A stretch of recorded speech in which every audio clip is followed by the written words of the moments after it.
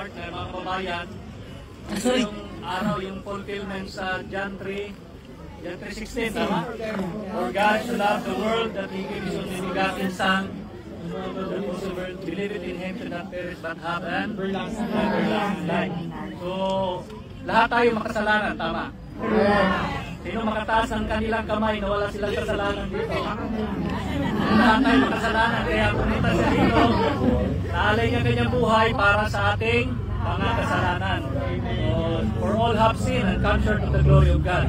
Pero ngayong araw na ito, mga kapartner, ito rin ang araw na nagkakaisa tayo at nagpapasalamat tayo una sa lahat sa ating buhay ng Diyos na kahit yung iba ay galing sa iba't ibang bansa, galing sa Germany, sa Switzerland, sa UK, at sa iba pang panig ng mundo, nandito kayong lahat ngayon, nakikiisa ang pinaka-purpose para magbigay ng dalangin at moral support sa ating mahal na dating Pangulong Rodrigo Roa Duterte.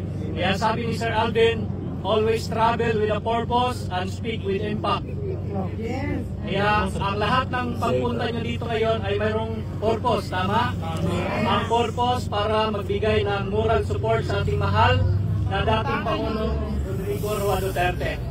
So ngayon mga kapartner, bago tayo mag-iwahiwalay, may naalala na akong verse para kay Tatay Digong sa John 15:13. Greater love hath no man than this, that a man lay down his life for his friends. So walang ibang nag-alay ng buhay para sa ating bansa na nakita ko, kundi walang iba si Tatay Digong. Bakit mahal natin si Tatay Digong? Kasi mahal niya ang ating bansa, mahal niya ang ating pamilya, mahal niya ang lahat ng mga Pilipino.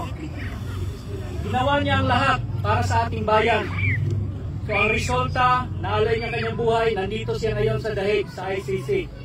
Dahil sa kanyang pagmamahal sa taong bayan, dahil sa pagmamahal niya sa ating lahat. At yung mga nag-testimony ngayon dito, personal experience sila, umiyak sila, hindi sila pinilit, sapagkat naramdaman nila na walang ibang presidenteng nakagawa ng kabutihan at nakapagbibigay ng seguridad sa ating bansa si Tatay Digong lang. Tama ba mga partner? Kaya nandito tayo ngayon, walang binayaran sa atin. Sinong binayaran dito?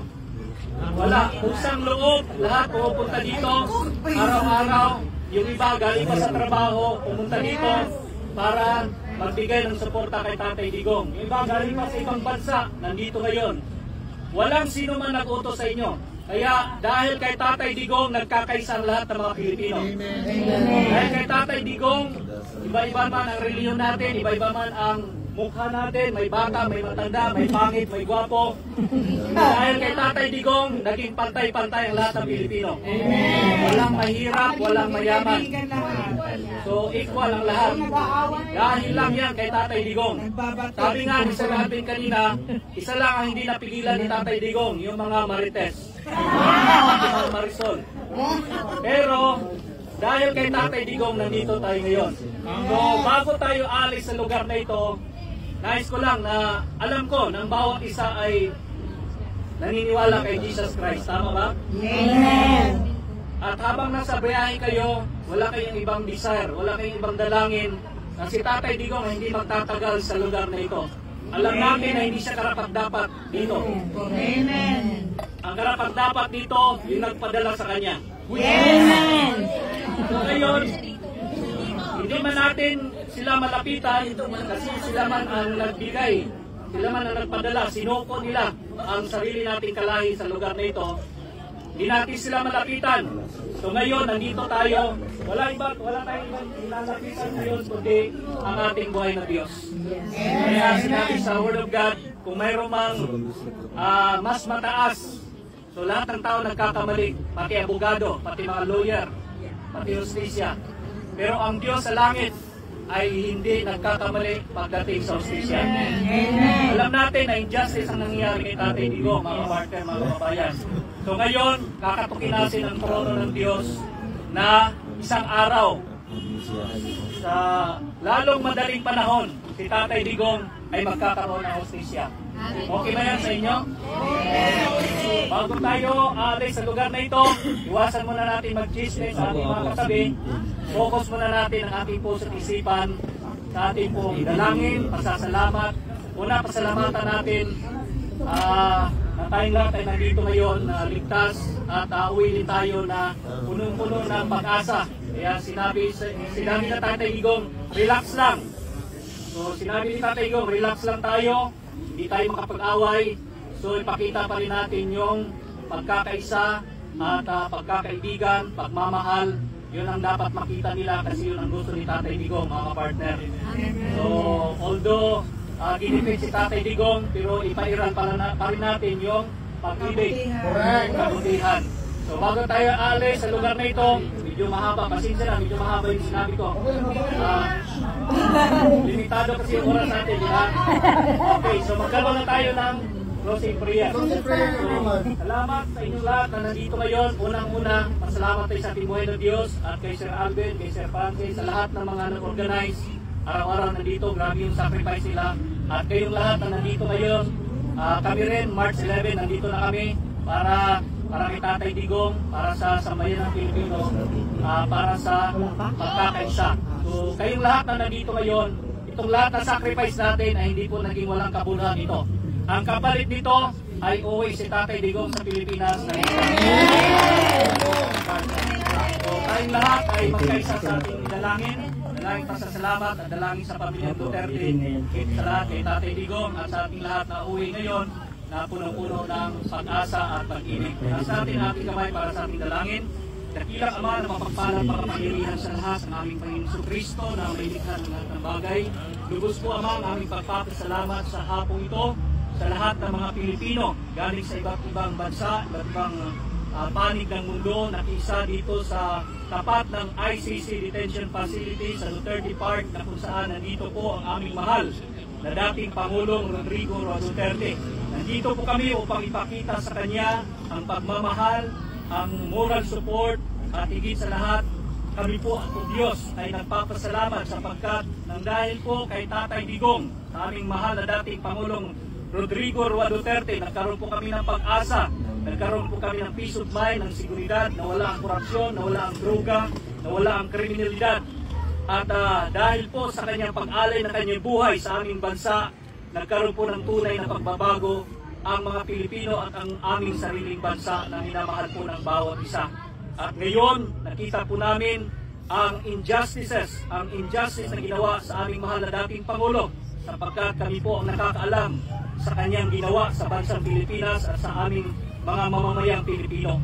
Dalangin po namin sa hapong ito na patuloy po ninyong ipagkaloob muna sa lahat ang kalakasang piskal sa aming mahal na dating Pangulong Rodrigo Roa Duterte at ang mga pagpapala sa kanyang buong pamilya, ang comfort na patuloy po ipagkaloob, ang angel of blessings, angel of protection, angel of victories, na kung hindi man mabigyan ng hustisya sa lupa ang aming mahal na dating Pangulong Rodrigo Roa Duterte, ay kayo po o Diyos ang magbigay ng hustisya sapagkat alam namin na mayroon pang pinakamataas na hustisya sa lupa, walang iba kayo o Diyos na aming pinaglilingkuran.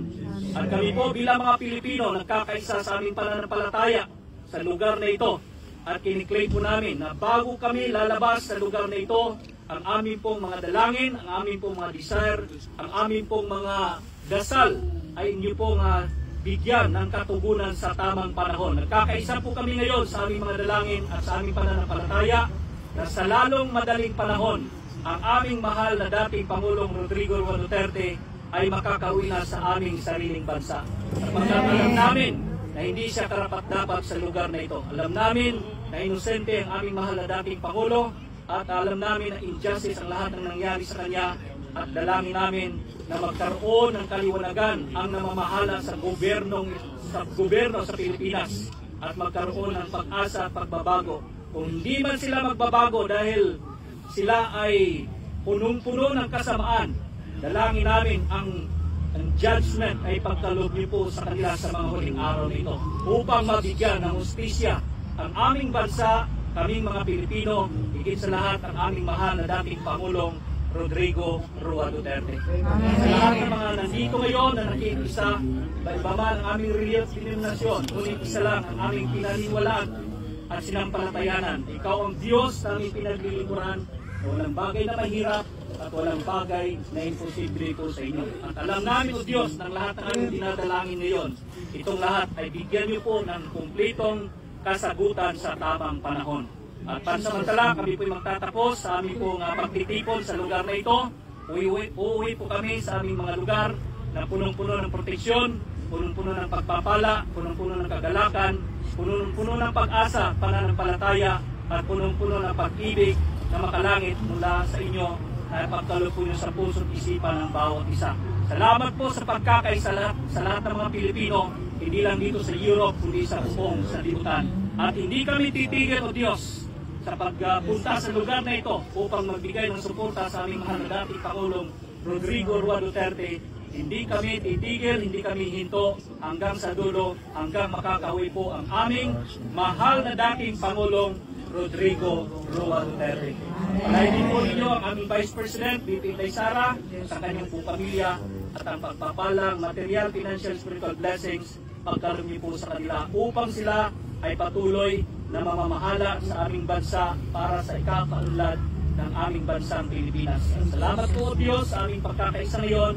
Uwi po kami na dala-dala ang katugunan at kasagutan sa lahat ng aming mga dalangin. Binabalik namin sa inyong kapurihan, pasasalamat at katagumpayan sa dakila at makapangyarihang pangalan ang aming Panginoong Jesucristo na may likha ng lahat ng bagay. Everybody say Amen! Amen! Mga kababayan, maraming salamat po inyong lahat. Nandito po ngayon si Atty. Harry Roque. Magbibigay po siya ng salita para sa atin. Huwag po tayo magkagulo.